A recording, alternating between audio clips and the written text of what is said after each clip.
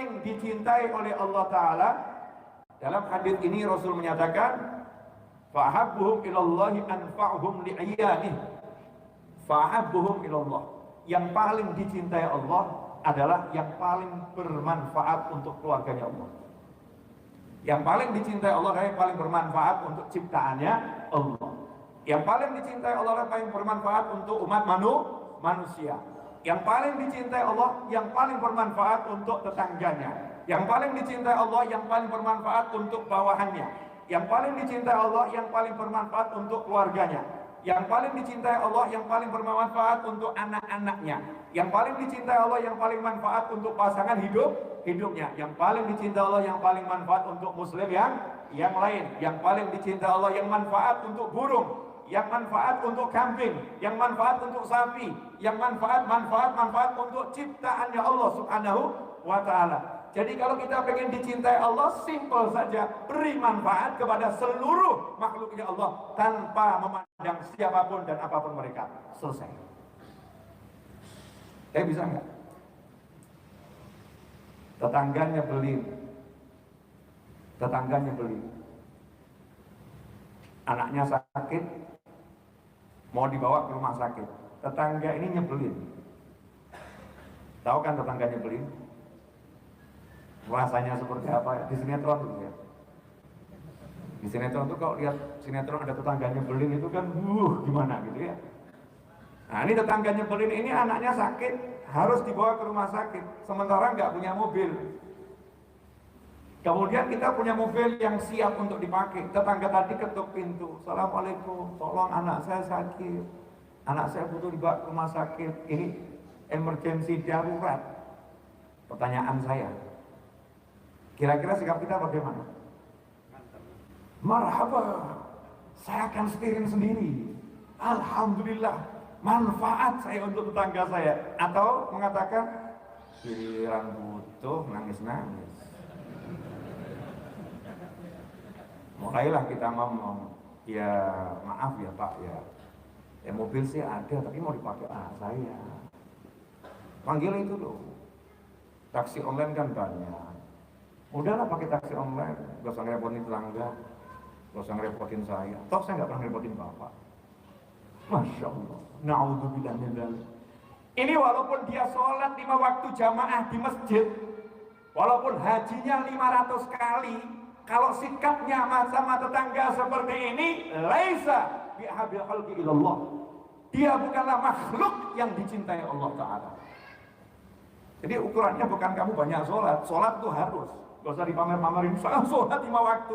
Sholat 5 waktu itu kewajibanmu, gak usah pamer. Saya haji kewajibanmu, gak usah pamer. Gak usah pamer. Pamerin sholatnya pula. Oh saya udah sholat 5 waktu di masjid jamaah terus. Saya udah simpen buat kamu sama Allah Ta'ala. Tapi kamu 5 waktu di masjid, kok sikapmu sama tetangga seperti itu? Gak mau nolong tetanggamu, gak ngasih manfaat pada tetanggamu. Allah gak cinta sama kamu. Sementara yang satunya, Masya Allah, dengar tetangganya anaknya sakit, belum tetangganya nyamperin, langsung disamperin. Assalamualaikum, ini bawa ke rumah sakit segera. Udah mobil udah saya siapin. Masya Allah, saya punya kenalan di rumah sakit semua. Telepon rumah sakitnya, siapkan kamar terbaik. Tetangga sampai bingung. Wah ini padahal ini orang ini selalu saya ganggu. Saya gak pernah rek sama dia, tapi dia kok seperti ini. Sikapnya tulus. Orang ini dicintai Allah Ta'ala. Karena cintanya Allah kepadanya akan merubah sikap tetangganya kepadanya. Pertanyaan saya, ibadah yang seperti ini mudah atau susah? Mana yang lebih mudah? 5 waktu berjamaah di masjid atau senyum sama tetangga? Sebetulnya mudah senyum sama tetangga ya, betul. Tapi syaratnya senyum tanpa membeda-bedakan. Berikan senyummu kepada saudaramu muslim, kepada umat manusia. Bukan senyum pada orang yang kamu cintai. Itu namanya senyum ada maksud. Senyum ada maksud. Senyum yang benar, ketemu siapapun tebarkan senyum.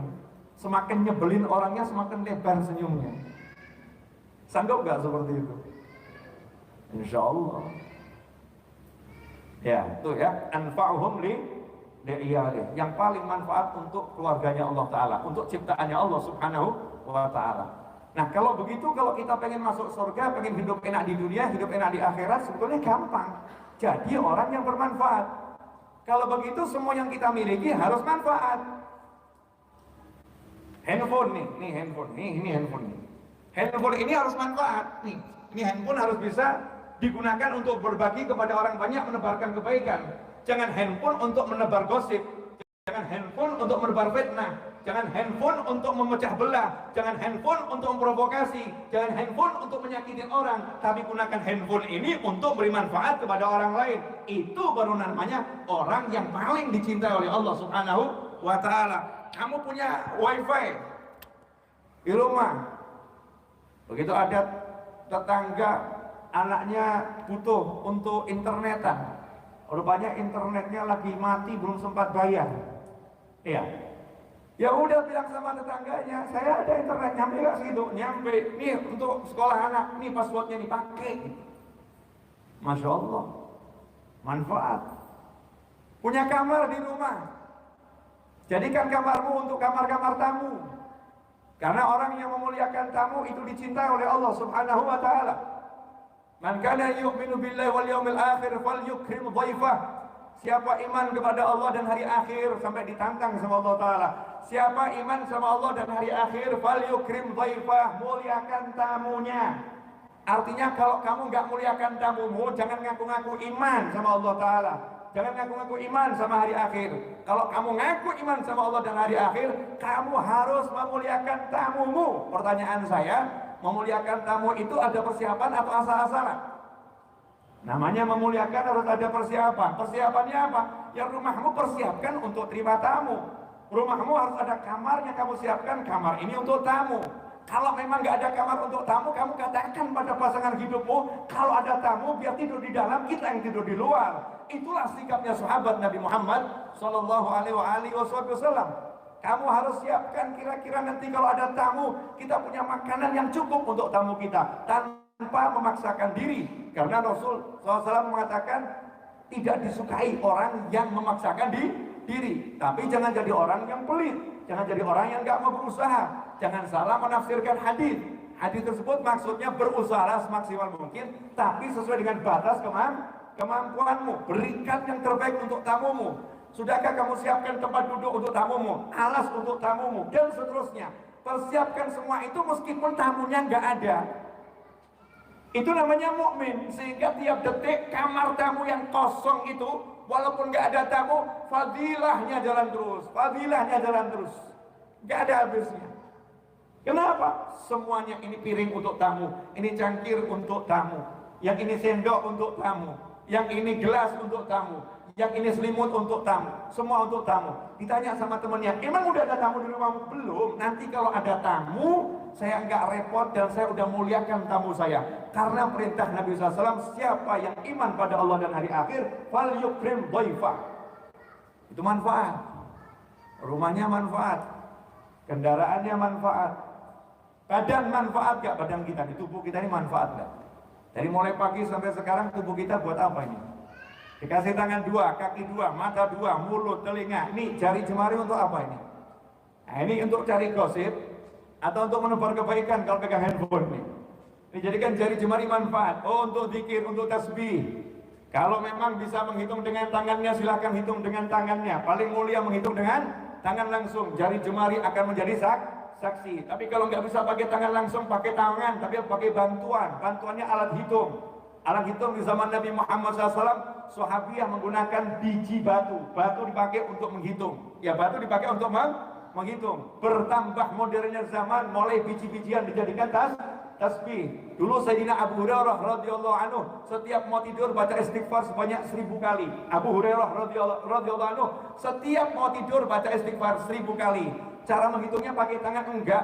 Abu Hurairah enggak mau sombong. Abu Hurairah nggak ngaku-ngaku, oh cukup pakai tangan, saya mampu ingat 1000 pakai tangan saya. Sahabat Nabi nggak ada yang seperti itu, nggak ada yang ngaku-ngaku demikian. Sahabat Nabi sadar kelemahannya, sadar manusia itu tempatnya lupa, sadar manusia tempatnya lalai.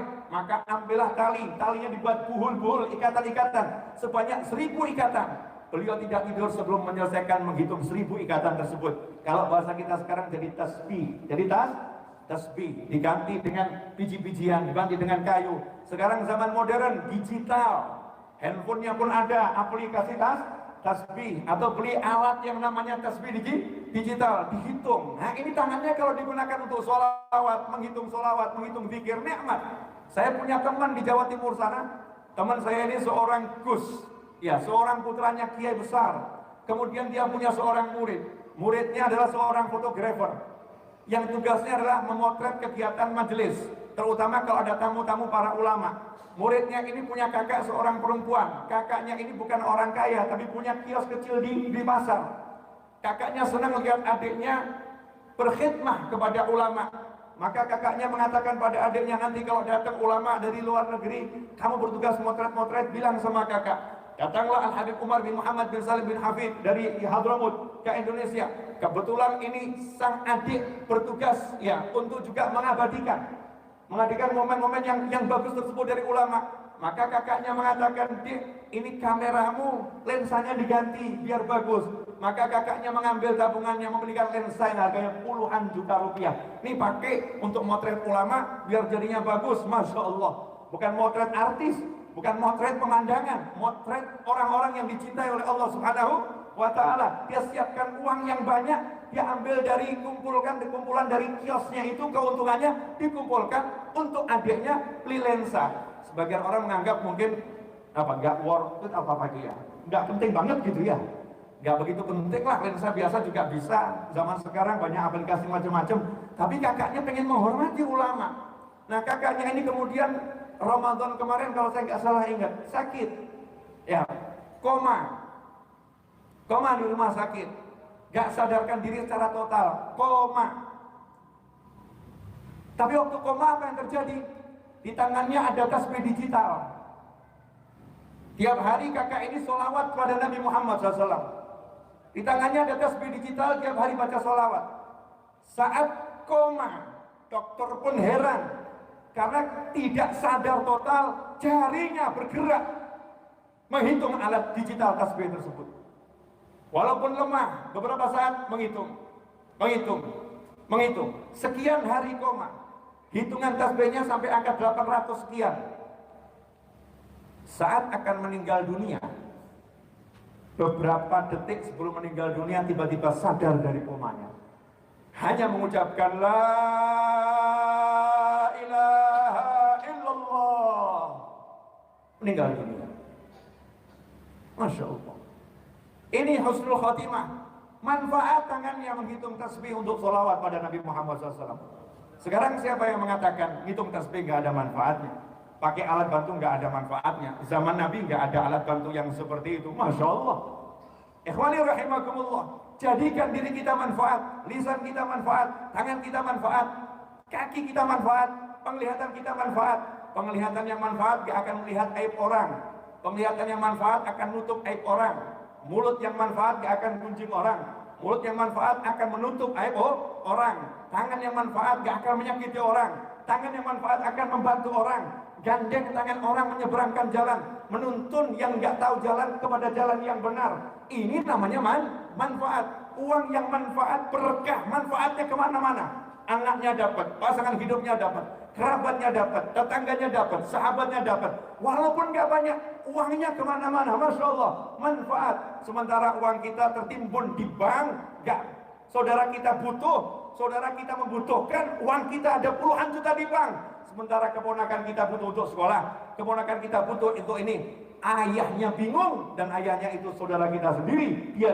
Kita diam saja, kita nggak membantu. Maka harta kita la yanfa'. Harta yang begini gak manfaat, bal yadur. Harta ini akan membawa madarat, bawa bencana. Karena nanti di kubur kita akan ditanya, saudara membutuh, kenapa uangmu kamu diamkan di bank? Kenapa kau diamkan di kotak penyimpanan? Uang, kalau nggak di bank mungkin di bawah bantal. Kenapa kamu timbun uangmu? Saudaramu butuh, kakakmu butuh, adikmu butuh. Kenapa nggak kamu bantu? Akan ditanya, dan kita nggak akan bisa menjawab. Saya akan mengatakan, hubbud dunia, cinta dunia, takut kehilangan, takut berkurang, bla bla bla bla bla bla bla.